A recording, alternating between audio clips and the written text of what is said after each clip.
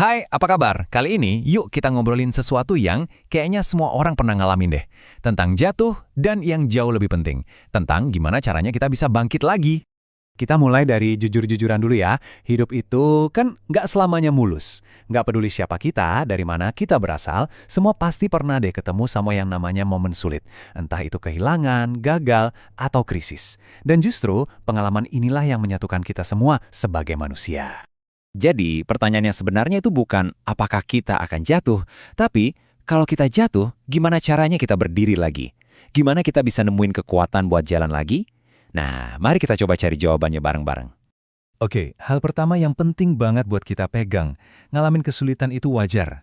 Itu bukan tanda kamu lemah atau gagal. Sama sekali bukan. Itu justru tanda kalau kita ini, ya manusia. Nah, di sini kita kenalan sama yang namanya resiliensi. Resiliensi itu bukan berarti jadi manusia baja yang nggak bisa ngerasain sakit atau sedih. Bukan. Justru sebaliknya. Resiliensi itu kemampuan buat terus maju meskipun kita lagi ngerasain semua perasaan yang nggak enak itu. Jadi buang jauh-jauh ya pikiran kalau kita harus jadi super kuat dan nggak boleh rapuh. Ada seorang peneliti keren namanya Brené Brown. Dia bilang sesuatu yang dalam banget. Katanya keberanian itu justru muncul pas kita berani nunjukin diri kita apa adanya, termasuk sisi-sisi rapuh kita. Jadi ngaku kalau kita lagi nggak baik-baik aja itu bukan lemah. Justru itu langkah pertama menuju kekuatan yang sesungguhnya. Sekarang, kita masuk ke bagian yang wow. Menurutku ini powerful banget. Gimana caranya? Luka itu sendiri malah bisa jadi sumber pertumbuhan. Jadi kita nggak cuma pulih, tapi kita bisa jadi versi yang lebih baik dari sebelumnya.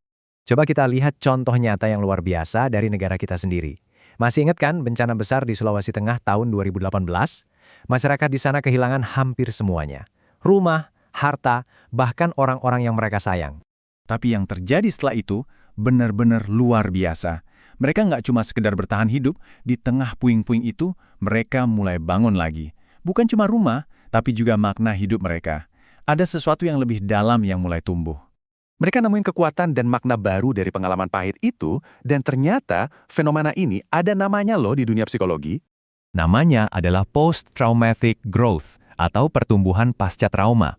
Ini bukan cuma sekedar balik normal ya. Ini tuh kayak naik level. Seseorang bisa berkembang melampaui kondisi mereka sebelum trauma itu terjadi. Mereka bisa jadi lebih kuat, lebih bijaksana, dan lebih menghargai hidup. Terus tumbuhnya tuh kayak gimana sih? Biasanya ada di 5 area ini. Pertama, hubungan sama orang lain jadi makin erat dan dalam. Kedua, muncul kemungkinan-kemungkinan baru, mungkin jadi nemu passion atau jalan hidup yang beda. Ketiga, kekuatan pribadi jadi nambah, muncul keyakinan, wah kalau aku bisa lewat itu, aku bisa lewatin apa aja. Keempat, ada perubahan spiritual, keyakinan jadi lebih kuat kayak para penyintas di Sulawesi yang menemukan kekuatan dari iman mereka. Dan yang terakhir, jadi lebih menghargai hidup, hal-hal kecil kayak ngelihat matahari terbit aja bisa terasa spesial banget. Oke, kita udah tahu kalau kita bisa tumbuh dari kesulitan. Keren banget kan? Tapi pertanyaannya, gimana caranya? Gimana kita bisa ngelatih diri kita jadi lebih kuat? Ada 2 skill utama nih yang bisa kita asah. Pertama, regulasi emosi. Ini bukan berarti nahan-nahan marah atau sedih ya. Justru sebaliknya. Ini soal mengenali, oh aku lagi marah nih. Terus ambil jeda, napas dulu, baru deh respon. Yang kedua, optimisme. Ini juga bukan berarti denial sama masalah, tapi lebih ke ngelatih pikiran buat cari sisi baiknya, cari harapannya, dan fokus ke masa depan. Nah, ini beberapa langkah praktis yang bisa banget kita coba. 1. Jalin hubungan baik, karena support system itu penting banget. 2. Tetap bergerak ke tujuan kecil, sekecil apapun, kayak ngeberesin kamar tidur, itu bisa ngasih kita rasa pencapaian. 3. Terima perubahan. Melawan kenyataan itu capek loh. 4. Pelihara harapan dengan fokus ke hal-hal yang bisa kita kontrol. Dan 5. Yang paling penting, rawat diri sendiri. Ingat, kita nggak bisa nuang dari cangkir yang kosong. Nah, sekarang kita sampai ke fondasinya, akarnya. Dari semua teknik dan langkah tadi, ada satu hal yang jadi penopang utamanya, yaitu percaya sama diri kita sendiri. Apa sih self-trust itu? Ini bukan soal aku pasti benar terus atau aku nggak akan pernah salah. Bukan, justru sebaliknya. Ini tuh keyakinan bahwa kalaupun kita salah, kita tuh mampu buat belajar, mampu buat beradaptasi, dan mampu buat bangkit lagi. Ini tentang percaya sama proses kita, bukan sama kesempurnaan kita. Gampangnya gini deh, percaya sama diri sendiri itu artinya percaya kalau kita bisa kok belajar hal baru. Percaya kalau kita bisa bangun lagi kalau gagal. Percaya sama intuisi atau suara hati kita. Dan percaya kalau kita bisa kok membuat keputusan yang baik buat diri kita sendiri. Terus gimana cara bangunnya? Rasa percaya ini nggak muncul tiba-tiba. Dia dibangun pelan-pelan. Anggap aja kayak bangun rumah, bata demi bata.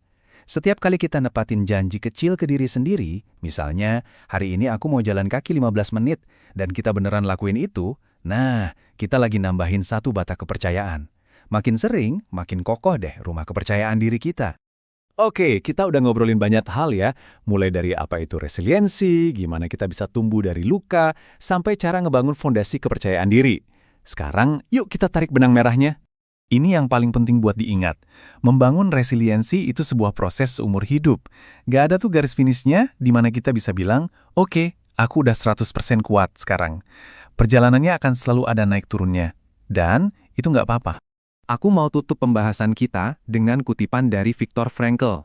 Beliau ini seorang psikiater yang selamat dari kamp konsentrasi Holocaust. Bayangin, di tempat paling kelam di muka bumi, dia justru nemuin kekuatan terbesar manusia.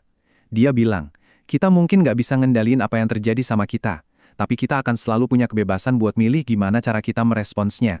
Pilihan itu ada di tangan kita masing-masing, mau menyerah atau mau tumbuh. Jadi pertanyaan terakhir ini buat kamu. Hari ini, respons apa yang bakal kamu pilih?